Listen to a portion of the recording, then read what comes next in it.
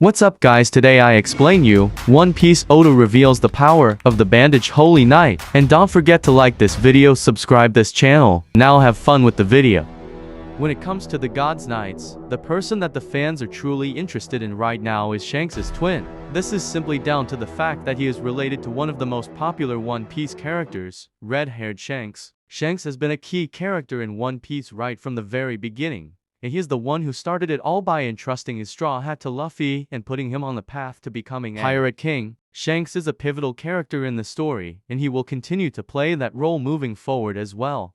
Of course, it can't be denied that Shanks' brother is the more intriguing character here, and that he probably has one of the most exciting stories in the entire series. But the other character, that is, the bandaged woman, cannot be overlooked at all. Fans saw her being introduced in the previous chapter, and she looked incredibly intriguing. What fans can say for sure is that she is a celestial dragon, just like Shanks' twin, and one of the very mighty ones, given that she is essentially a member of the Holy Knights, just like Shanks' twin. The fact that the massive summoning circle was seen in the previous chapter is proof of the fact that she is powerful, and the fact that she was sent to Elbaf on such an elaborate mission also goes on to indicate her true strength. But, of course, fans were not sure as to how her abilities truly work, and this chapter of One Piece essentially sees to it that some of her powers were revealed. The Bandaged Holy Knight was briefly seen in combat in One Piece chapter 1135. Immediately after spawning from the giant summoning circle, Shanks' twin and the bandaged woman continued to walk down the castle. Eventually, they ran into two giants who were protecting the castle, and they went on to explain that after the death of King Harald, this castle had been left empty, which was quite predictable. However, they were deeply concerned with the presence of these individuals in the castle. They assumed that these two people were with the Straw Hat crew, and asked them what business they had. To this, the bandaged woman clearly told them that she has business with Loki and is seeking him out. Clearly, the giants were in no mood to entertain this person, and refused her command. It is at this point that the Bandaged Holy Knight revealed her powers, and essentially, she uses bandages in combat. In the previous chapter, fans saw her attach bandages to the arms and the leg of the giant from Elbaf, and constrict the bandage so hard that he couldn't help but scream and collapse to the ground. It is unclear as to what ability this is, but it appears that this power is a paramecia type of devil fruit, and to be more specific, the power to control and produce bandages. Exactly how these bandages work remains unknown, but their application could be somewhat similar to the Ito no Mai.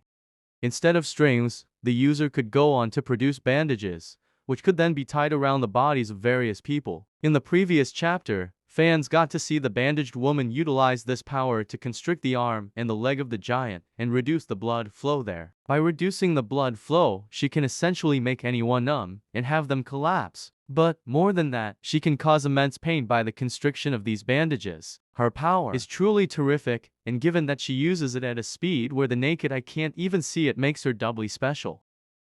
Undoubtedly, the Bandaged Holy Knight is very powerful. This should not come as a surprise to any fan. The Holy Knights in itself are a very mighty order, and certainly a group strong enough to fight the revolutionary army on their own. The Holy Knights are all of celestial dragon lineage, and their strength is absolutely impeccable, which is rare for these people. But, in order to protect Marioa, it would make sense to have the strongest individuals to defend the place.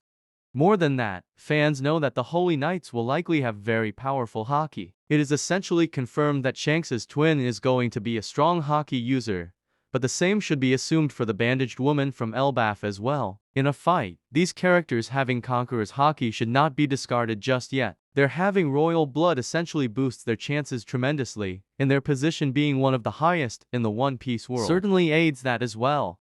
Overall, with a very powerful devil fruit, the bandaged woman in Elbaf is likely going to be tremendously powerful. Of course, fans should not expect her to take down Yonko-level individuals such as Luffy, but they should still be able to give Luffy trouble in combat. Hopefully, fans will get to see more of this bandaged woman and the Shanks' twin soon, and when that happens, things are certainly going to be incredibly exciting.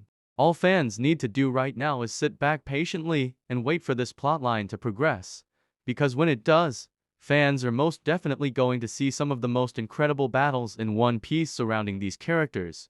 Naturally, Shanks' twin is going to take up the spotlight, but more attention should be turned to the bandaged woman. After all, Oda could either reintroduce a very high-ranking celestial dragon family in One Piece through her, or, at the very least, potentially have her be related to Shanks by blood. No matter which path Oda ends taking, things going to be incredibly exciting moving forward, and hopefully, these threats that are likely very powerful, live up and surpass all expectations.